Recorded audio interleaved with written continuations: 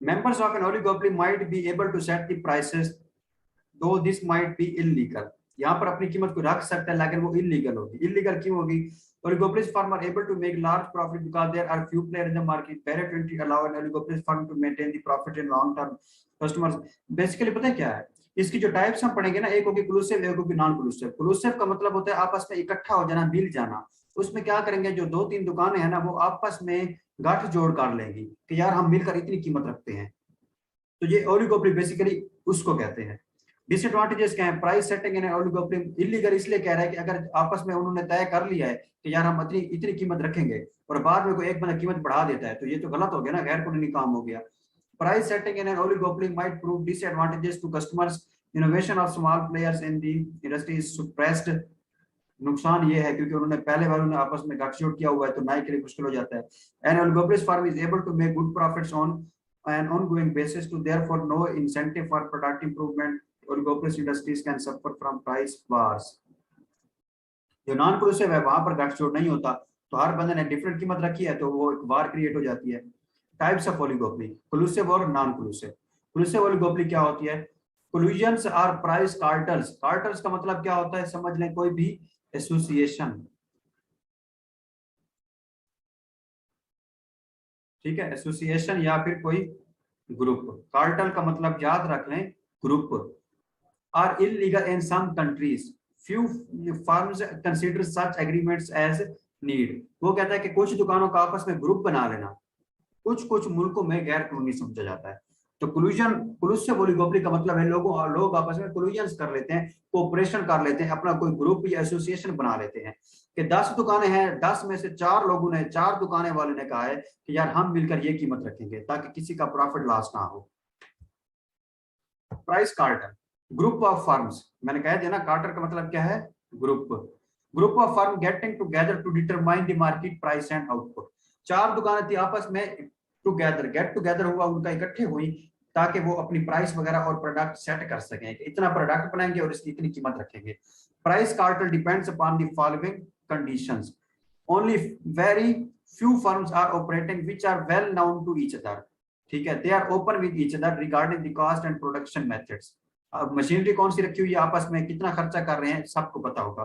Production techniques and cost of all firms are similar, they produce similar products, there is a dominant firm, there are significant barriers on entry of new firms, the market is stable, there is no price war। पहले collusive में no interference या no intervention by the government to hinder collusions को रोकने के लिए। price cartels are rare in practice because of preconditions given above। In condition की वजह से वो कहते हैं कि ये कम इस तरह की collusions आमतौर पर होती है, किसी एक को डोमिनेट कर लेते हैं। इसके नुकसान क्या हैं? Cartel members keep prices high deliberately through agreement. मतलब क्या कि 10 दुकानें हैं, सपोज 10 में से 4 दुकानों वाले आपस में मिले, गेट टुगेदर हुआ उनका, उन्होंने आपस में कोई मुआहदा या एग्रीमेंट कर लिया है कि हम मिलकर एक तो मशीनरी इस तरह की इस्तेमाल करेंगे, उसके ऊपर इतनी कॉस्ट लगाएंगे, फिर उसकी इतनी प्राइस रखेंगे और इतना ही सप्लाई या प्रोडक्ट बनाएंगे। आपस में उन्होंने चीजें तय कर ली है थ्रू एग्रीमेंट। क्लूसिव ओलिगोपोली में member firm generate super profit on the cost of buyers. Cost of buyer मतलब क्या कि बायर को ये चीज बर्दाश्त करना पड़ती है। Member may agree to hide the prices are withhold information such as the hidden charges and credit card transactions वगैरह। Members keep restricted output to create relative shortage in market in order to increase market price। देखा, keep restricted output।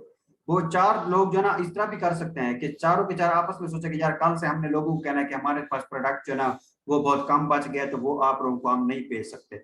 लोग क्या करेंगे, लोग कहेंगे यार अच्छा ज्यादा पैसे ले लो हमें बेच दो तो इस तरह से हमें ज्यादा प्रॉफिट आएगा। तो ये 2 नंबरी करने में भी वो कहते हैं ये काम कर सकते हैं। Members have set price for their products under exclusive oligopoly, so they do not bother to improve quality of products individually। वो कहते हैं 4 लोगों ने सोचा होगा कि यार हमने मिलकर किसी का नुकसान नहीं करना, सबने एक जैसी कीमत रखनी है, तो चाहे चारों का गंदा प्रोडक्ट हो, क्वालिटी चाहे जितनी बुरी हो, तो उनको पता है नुकसान नहीं होना किसी का, क्योंकि होने तो हम 4 लोगों के पास ही सेल है। अब यहाँ पर देखें, ये पहले उसने आमतौर पर एक डिमांड और सप्लाई कर शो कर दिया कि ये सप्लाई कर रहा है, ये डिमांड कर रहा है, ठीक है, या ये जिस पॉइंट पर इंटरसेक्ट कर रहे हैं वो मार्केट प्राइस है। लेकिन कार्टर वाले क्या करते हैं, आपस में गांठ जोड़ करके प्राइस बढ़ा देते हैं। तो यहाँ पर हमें ये पॉइंट मिलता है, ठीक है, कोई सप्लाई का। तो एक्चुअल प्राइस वाली लाइन ये थी जहाँ पर डिमांड सप्लाई और डिमांड का इंटरसेक्ट कर रही थी, तो ये मार्केट प्राइस थी। मार्केट प्राइस से बढ़कर इन्होंने अपनी कीमत ऊपर हाई कर दी है, क्योंकि कार्टेल है ना, आपस में ग्रुप बना के कीमत हाई कर दी। ये ग्राफ के ऊपर हमने शो कर दिया, यहाँ पर देखें लिखा हुआ है कार्टेल प्राइस। ये कार्टेल प्राइस है जो 4 लोगों ने एसोसिएशन ग्रुप के थ्रू रखी है, और ये प्राइस जहां पर डिमांड और सप्लाई इंटरसेक्ट कर रहे हैं, इक्विलिब्रियम है, इसे हम कहते हैं मार्केट प्राइस। एक्सप्लेनेशन यही बातें हैं। Non collusive oligopoly, a market structure in which few firms have nearly equal market share. ये अब ओलिगोपोली की दूसरी टाइप है, नॉन कोलिसिव ओलिगोपोली। यहाँ पर कोई ग्रुप नहीं होगा। A market structure in which few firms have nearly equal market share and selling similar goods. Each firm is independent. यहाँ आपस में कोई ग्रुप नहीं है कि एक दूसरे को चीजें बताएंगे कि फलां मशीनरी है, इतना खर्चा कर रहे हैं, इतना प्रोडक्ट बनाएंगे, इतनी कीमत रखेंगे, इस तरह की कोई चीज नहीं है। Each firm is independent regarding the price and output policy. As all the firms have almost equal share in the market, therefore they try to increase their market share through competition with each other, which is termed as price war. यहाँ पर जंग create हो जाएगी इन सब के दरमियान। उसके बाद क्या है, देखें यहाँ पर सप्लाई इन्होंने देखें by restricting the supply. Restricting का मतलब होता है किसी चीज को रोकना या कम करना, ठीक है। तो देखें ये उसने कहा कि उसने QC तक सप्लाई को कम कर दिया है। हमेशा हम क्या करते हैं कि जब हम पहले कीमत बढ़े तो सप्लाई बढ़ाते हैं, लेकिन सप्लाई जब कम हो, देखें अब पहले क्या होता है, प्राइस बढ़ती है तो सप्लाई बढ़ती है, सप्लाई पहले बढ़े तो कीमत कम करना पड़ती है। अगर हमने कीमत को अगर उस तरह से बढ़ाना है, बढ़ाना चाहते हैं तो पहले हम सप्लाई को कम करेंगे, ठीक है, ताकि शॉर्टेज फील हो लोगों को और हम इसकी फायदा उठाएं और इसकी प्राइस बढ़ाएं। तो यहाँ पर देखें वो कहता है जो सप्लाई है ना, ये क्या हुआ है QC तक, ऊपर देखें ये QC आ रहा है। सप्लाई को तो हमने इस तरह देखना है ना, पहले सप्लाई यहाँ थी तो पीछे की तरफ इधर हो गई, प्राइस यहाँ थी तो ये ऊपर हो गई। ये उसका इंपैक्ट इस तरह से देखें। कीमत बढ़ाने के लिए हमें खुद सप्लाई कम करना पड़ती है, तो कीमत पहले सप्लाई कम कर देंगे, लोग को कहेंगे यार हमारे पास कोई माल नहीं है बेचने का, वो कहेंगे यार ज्यादा पैसे ले लो बेशक लेकिन बेच दो। हम कहेंगे ठीक है भाई मार्केट में इतनी कीमत चल रही थी लेकिन हम इतनी लेंगे, तो कीमत बढ़ा दी। तो इस तरह से सप्लाई उन्होंने सप्लाई कम शो की रिस्ट्रिक्ट करके, तो इस तरह से उन्होंने प्राइस को क्या किया, बढ़ा दिया। In the above graph free market price would be PM and quantity supplied will be QM। However free market price, पहले जो नॉर्मल वाली डिमांड एंड सप्लाई वाली इंटरसेक्शन पॉइंट है, ये फ्री मार्केट हम इसे कहते हैं, ये पॉइंट था।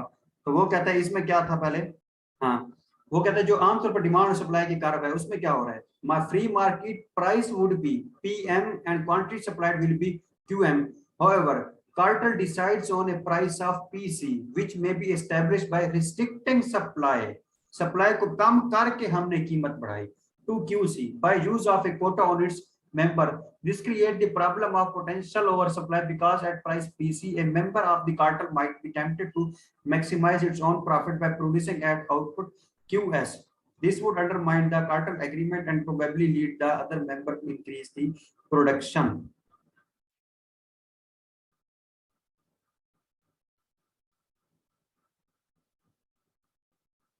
ये देखिए प्राइस ये शो तो हो रहा है, कार्टेल प्राइस हमने बढ़ा दी है। क्यों बढ़ाई हमने, सप्लाई को कम किया पहले, जिसकी वजह से हमने प्राइस को बढ़ाया। तो हम कार्टेल प्राइस यही होती है कि मार्केट प्राइस से बढ़ाया, ये सिंपल मार्केट प्राइस थी, तो हम प्राइस को बढ़ाना चाहते हैं तो पहले सप्लाई को कम करेंगे। तो अब कीमत हमने बढ़ा दी है, कीमत बढ़ेगी तो फिर क्या डर होगा, फिर और ज्यादा सप्लाई बढ़ जाएगी, कीमत के बढ़ने से तो सप्लाई बढ़ती है, फिर ओवर प्रोडक्शन का इशू। तो ये मार्केट तो इस तरह से ही फ्लक्चुएट करती रहती है। लेकिन पहले हमने गट टूट कर, ये तो नॉन कोलिसिव है, इसमें कोई बंदा क्या करता है, कीमत बढ़ानी हो तो अपने आउटपुट को कम शो करता है। अब जिस तरह कहते हैं ना कि चीनी जो है शॉर्ट हो गई है, इसका मतलब ये नहीं होता कि पाकिस्तान में वाकई चीनी नहीं है, वो क्या करते हैं उसको छुपा लेते हैं, स्टॉक कर लेते हैं, बस इस पर इतनी अंडरस्टैंडिंग है। उसके बाद है किंग डिमांड कर, a special model of non-collusive oligopoly where the mutual interdependence of oligopolist firm increase the price uncertainty. ये क्या है? Special model of kinked demand curve किसके एग्जांपल है? Non collusive. Special model of non collusive oligopoly. Kinked demand curve अगर आपका MCQs आ जाए paper में कि बताएं किंग डिमांड कर्व जो है ये किस कंपटीशन की एग्जांपल है, तो आप कहेंगे इम्परफेक्ट कंपटीशन की। अगर वो पूछते हैं कि इम्परफेक्ट कंपटीशन की किस टाइप की एग्जांपल है, तो आप कहेंगे ओलिगोपोली की। अगर वो कहें कि ओलिगोपोली की किस टाइप की एग्जांपल है, तो आप कहेंगे नॉन कोलिसिव ओलिगोपोली की। स्पेशल मॉडल ऑफ नॉन कोलिसिव, ये बड़ा इंपॉर्टेंट है, ये एमसीक्यूज में इस तरह से टेस्ट हो जाता है। Non-cohesive oligopoly, where the mutual interdependence of oligopolies firm increase the price uncertainty। यहाँ पर नॉन कोलिसिव है, कोई गाठजोड़ नहीं है, हर भी आजाद है। Unpredictable reaction of rival firm against any price change initiated by the firm coexist in such market। वो कहता है इसमें अब एक दुकान कीमत बढ़ाती है ना, वो प्रिडिक्ट नहीं कर सकती कि मेरे साथ वाला कंपटीटर जो है वो क्या करेगा, इसके ऊपर क्या रिएक्शन शो करेगा, वो कीमत बढ़ाएगा या अपनी कीमत के ऊपर बरकरार रहेगा या कीमत कम करेगा।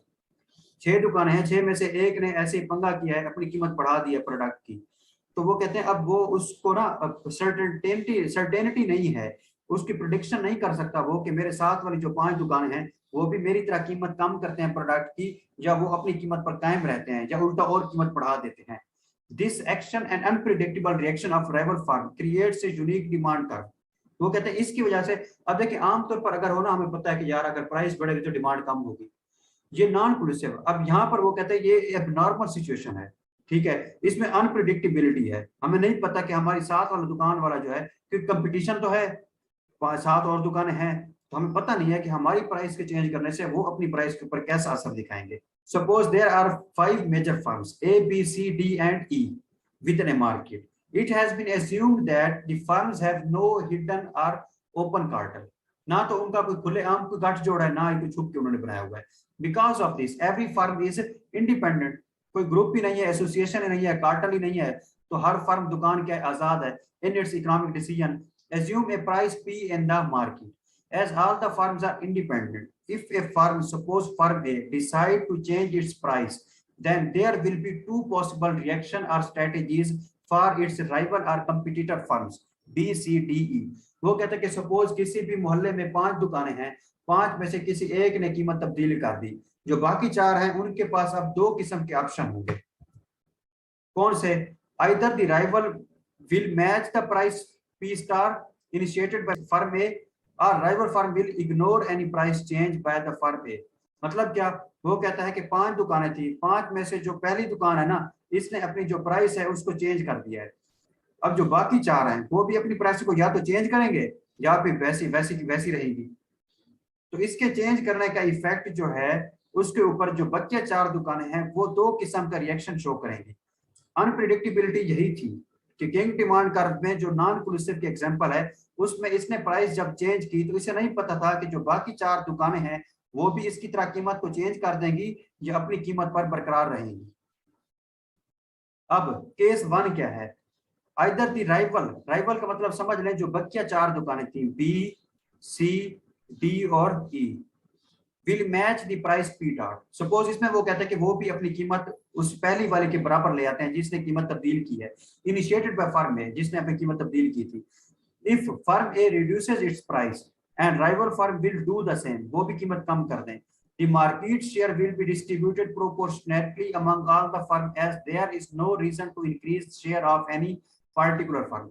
वो कहता है कि एक ने कीमत कम की ताकि ज्यादा प्रॉफिट कमाए, लेकिन बाकी 4 ने भी कीमत कम कर दी तो दोबारा वही हालात हो गए, सारे एक जैसे हो गए, तो सब बराबर के पैसे कमाएंगे। Resultantly demand curve will become relatively inelastic. Demand के ऊपर वो कहता है कोई फर्क नहीं पड़ेगा, कीमतें एक जैसी हैं तो डिमांड भी इतनी रहनी है। If oligopolist firm increases the price above P, वो कहते हैं अब वो पहली फर्म अब वो कीमत बढ़ाती है, suppose the rival will maintain their price in order to make the firm lose customer. पहले 5 में से एक दुकान ने कीमत कम की तो बाकियों को डर था कि लोग इसके पास चले जाएंगे, हमारी पुराने वाली कीमतें जो ज्यादा थी, तो वो इस डर से अपनी कीमत भी कम कर देते हैं। अब दूसरे केस में जो पहले वाली फर्म है अब कीमत कम करने की बजाय उसने इस दफा कीमत बढ़ा दी। अब जो उसके मुकाबले वाली दुकानें हैं वो इसकी तरह कीमत नहीं बढ़ाएंगे, वो क्या करेंगे, वो कहेंगे कि नहीं जो हमारी कीमत पहले थी वही रहे ताकि लोग हमारे पास आए, इसके पास ना आ जाए क्योंकि इसमें कीमत बढ़ाई हुई है। Demand curve will move along more elastic portion of the demand curve. अब देखें, और if oligopolist firm increases the price, अब वो पहले वाली जो फर्म ए थी ना उसने पहले कीमत कम की तो बाकी को भी कम करनी पड़ गई, क्योंकि उनको डर था कि लोग इसके पास चले जाएंगे। अब इस फर्म ने अपनी कीमत बढ़ा दी है तो बाकी फर्म जो है वो कीमत नहीं बढ़ाएंगी, वो अपनी पुरानी कीमत रखेंगी, ताकि वो पुरानी कीमत कम थी तो लोग हमारे पास आए, इसने कीमत बढ़ा दी है तो लोग इसके पास ना जाए। If oligopolist firm increases the price above, the rival will maintain their price in order to make the firm lose customer, ताकि जो पुरानी जो फर्म ए है उसके कस्टमर जाए हों क्योंकि उसने कीमत बढ़ा दी थी। Demand will move along more elastic portion of the demand curve to the left of Q, ये ग्राफ पर elastic demand is greater than 1। अब इसकी जाहिर सी बात है डिमांड में फर्क आ जाएगा क्योंकि लोग सारे अब बकिया चार की तरफ चले जाएंगे। Case 2, rival firm will ignore any price change by the firm. पहला केस जो है उसमें दो सिचुएशंस थी, उसमें किसी एक के चेंज करने, किसी एक दुकान की कीमत के चेंज करने से बाकियों का रिएक्शन आ रहा था। अब क्या है, अब इसमें कोई भी दुकान अगर कीमत को चेंज करेगी ना तो बकिया को कोई फर्क नहीं पड़ेगा, वो इसको इग्नोर करेंगे। राइवल फर्म यानी जो इसके कंपटीटर्स हैं बी, सी, डी और E will ignore any price change by firm A. If firm A initiates a price increase and the rival firm will ignore it, it will cause a substantial decrease in demand for firm A. उसके बाद consequently the demand curve will become more elastic. कीमत बढ़ाई है तो demand कम होगी। If oligopolist firm cuts the price below P, then rival will cut the price too, and hence there will be little or no increase in demand. Demand will move along the less elastic segment of the demand curve to the right of Q. ये right left की जो बात है ना, ये graph के ऊपर देखने वाली है। यहाँ डिमांड जो है वो क्या हो रही है, कम हो रही है। तो पहला केस था उसमें उन्होंने चेंज दिखाया, दूसरे केस में उन्होंने क्या किया, इग्नोर किया। Explanation, slope of demand curve of a firm initiating the price change is quite different because it depends upon the reaction of the rival firm. As in graph below, output below Q और any price higher than P, the firm will ignore the price change and cause the firm demand curve relatively elastic. For any output beyond the Q or any price, एक graph के ऊपर लिखना है। अब दो cases थे ना, एक में क्या कर रहे थे, वो प्राइस को मैच कर रहे थे, दूसरे में प्राइस को मैच नहीं कर रहे थे। अब पहले से दूसरे में, एक में तो कर इग्नोर रहे थे ना, उसको तो छोड़े। जो पहला है जिसमें वो प्राइस को चेंज कर रहे थे कंपटीटर्स, या तो एक ने अपनी प्राइस कम की तो बाकियों ने भी अपनी प्राइस कम कर दी थी। एक में उसने प्राइस कम की तो बाकियों ने कहा कि नहीं हम अपनी पुरानी कीमत ही रखेंगे, उसमें उन्होंने प्राइस को मैच नहीं किया। ठीक है, अब इसमें वो देखें एवरेज रेवेन्यू की कर्व है, ठीक है, और ये मार्जिनल कॉस्ट की कर्व है। तो अब डिमांड कर्व का आमतौर पर बिहेवियर क्या होता है, डाउनवर्ड और नेगेटिव स्लोप। अब यहाँ पर देखें, the slope of the demand curve of a firm initiating the price change is quite different because it depends upon the reaction of the rival firm. As in graph below, output below Q star or any price higher than P star, quantity को कम करना या कीमत का पहले से बढ़ाना, the firm will ignore the price change and cause the firm's demand curve relatively elastic. For any output beyond Q star, अब बढ़े, or any price lesser than P, the rival will match and follow. अब क्या कर रहा है, वो output को बढ़ा रहा है पहले से और कीमत को कम कर रहा है, तो वो कहते हैं कंपटीटर क्या करेंगे, वो प्राइस को मैच करने की कोशिश करेंगे और फॉलो करेंगे उस प्राइस को, which can cause relatively inelastic demand curve.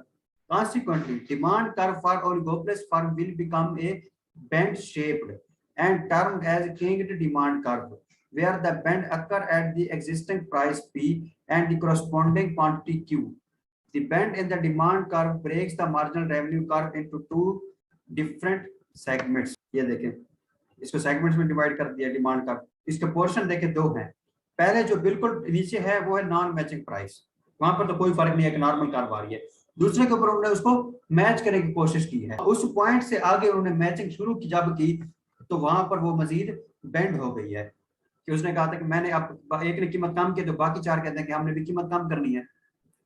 ठीक है, तो पॉइंट क्या है कि यहाँ पर जब लॉ ऑफ डिमांड हमने पढ़ा तो हमने सिर्फ यही कहा था कि प्राइस बढ़ेगी तो डिमांड कम होगी, तो डिमांड सिर्फ कम हो रही थी, एक ही बिहेवियर था। अब यहाँ पर रास्ते में वो अपने डिसीजन को चेंज करता है। पहले तो सिंपल सिचुएशन चल रही थी, देखें एक नॉर्मल, उसके बाद क्या करते हैं वो प्राइस को मैच करने लग जाते हैं। ठीक है, जब मैच करते हैं अपनी प्राइस को तो डिमांड यहाँ पर उसकी बेंड हो जाती है। तो इस तरह से जब उसकी डिमांड के ऊपर देखते हैं कि आप इलास्टिक हुई है या इनइलास्टिक, उसके ऊपर जो प्रोडक्ट वो बेचेगा उससे क्या होगा, रेवेन्यू आएगा। तो रेवेन्यू भी तो इसी तरह से फ्लक्चुएट करता है ना कि डिमांड के ऊपर, डिमांड अगर बाद इस चेंज डिसीजन के बाद बढ़ेगी या कम होगी, तो उसके बाद हम देखते हैं अगर डिमांड बढ़ी है तो एवरेज रेवेन्यू बढ़ेगा, अगर डिमांड कम हुई है तो मतलब अर्निंग कम होगी। Globalization, a comprehensive term which refers the expansion of business transaction across the domestic boundaries of the country and to other countries of the world। Globalization कहते हैं इंटरनेशनल को, यहाँ पर पाकिस्तान नहीं, ओवरऑल हम पूरी दुनिया को देख रहे हैं। A comprehensive term which refers the expansion of business transaction across the domestic boundaries of the country and to other countries of the world as well। For example, exchange of knowledge, physical technology and goods वगैरह, import export जिस तरह है। Impact of globalization on firms behavior, firm के ऊपर globalization का क्या असर पड़ता है। Globalization increases the competition because government decreases the trade barrier for free mobility of goods and services among the nations. अब पहले दुकानें सिर्फ पाकिस्तान की जो दुकानें थी उनका कंपटीशन था, अब कंपटीशन पूरी दुनिया के साथ चल रहा है। allows the firm to adopt the division of labor which promote the specialization and decreases the cost of production। Government decreases, गौर से यार इसको रीड करते जाना है। Government decreases the trade restrictions which give big push to scale of production of the firm। Firms from developed countries move their capital resources to other nations which create competitive market environment for existing firms and help in abolishing monopolies। Resources mobilization, resource mobilization enable the firm to adopt modern technology of production which help in increasing the productivity। Allows the financial institutions to expand their lending across the world। It makes easier for the firms to, overall वो कहता है कि अब एक अकेली दुकान जब पाकिस्तान में है तो उसका कंपटीशन कम है, पूरी दुनिया के साथ है तो कंपटीशन बढ़ेगा। इसके अलावा वहां पर अगर कोई अपनी ब्रांच या फैक्ट्री बनाती है तो टेक्नोलॉजी का भी एक्सचेंज होगा, वहां के ज्यादा ट्रेड लोगों के साथ काम करेंगे तो प्रोडक्टिविटी भी बढ़ेगी। कर्जे जो पाकिस्तान में हैं वो आप दुनिया के कर्जे दे सकेंगे।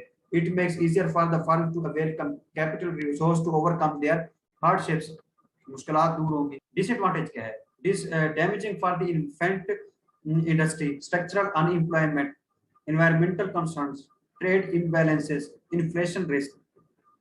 इन्फेंट किसे कहते हैं, मतलब नए लोगों के लिए एक किस्म की डैमेजिंग बात है ना, कंपटीशन जब इतना ज्यादा हाई हो।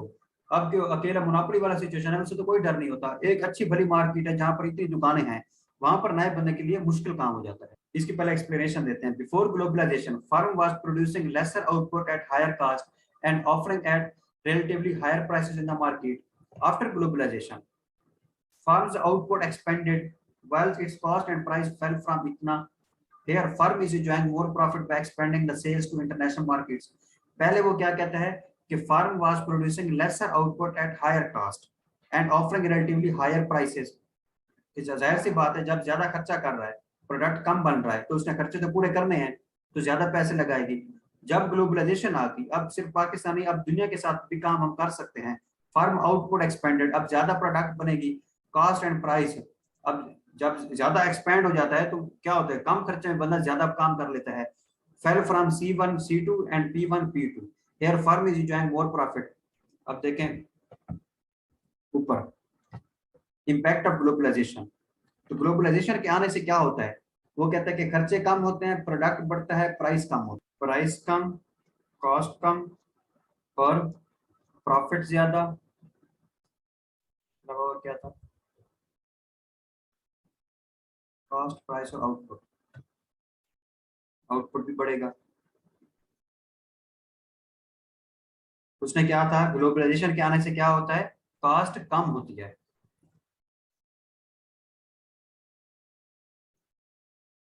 उसके बाद उसने क्या कहा था, प्राइस का।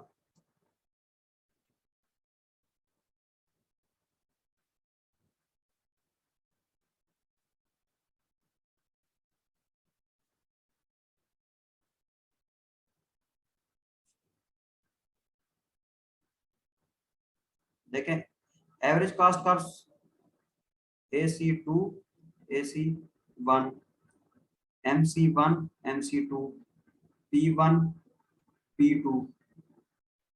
अब ये तीन चीजें वो दिखा रहा है, ठीक है, कि ग्लोबलाइजेशन के बाद उसने कहा है कि हम प्रोडक्ट ज्यादा बना रहे हैं कम खर्चे में, तो खर्चा हमारा कम होगा, कॉस्ट कम पड़ेगी और कीमत भी हमें कम रखनी पड़ेगी।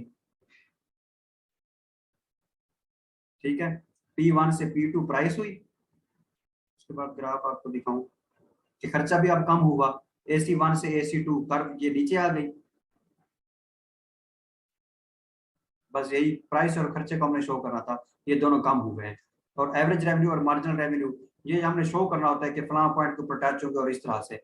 लेकिन कंसेप्ट की बेस पर हमने ग्राफ के ऊपर जो मेन पॉइंट आपने याद रखने हैं वो कौन कौन से हैं कि प्राइस ग्लोबलाइजेशन के आने से अब अकेली एक दुकान थी एक मोहल्ले में या एक मुल्क में, ग्लोबलाइजेशन के आने से अब वो बाहर के मुल्क में अपना कारोबार काम वगैरह कर सकती है, तो उसके पास ज्यादा एक्सपेंड उसने कर दिया है, अब ज्यादा प्रोडक्ट बना रही है अपने कम खर्चे में ज्यादा। तो इस तरह से ज्यादा करेगी प्रोडक्ट बनाएगी तो कम खर्चा तो कम होगा, क्योंकि प्रोडक्ट अब ज्यादा है, रेवेन्यू ज्यादा आ रहा है, तो पर यूनिट हमें कम कास्ट पड़ रही होगी।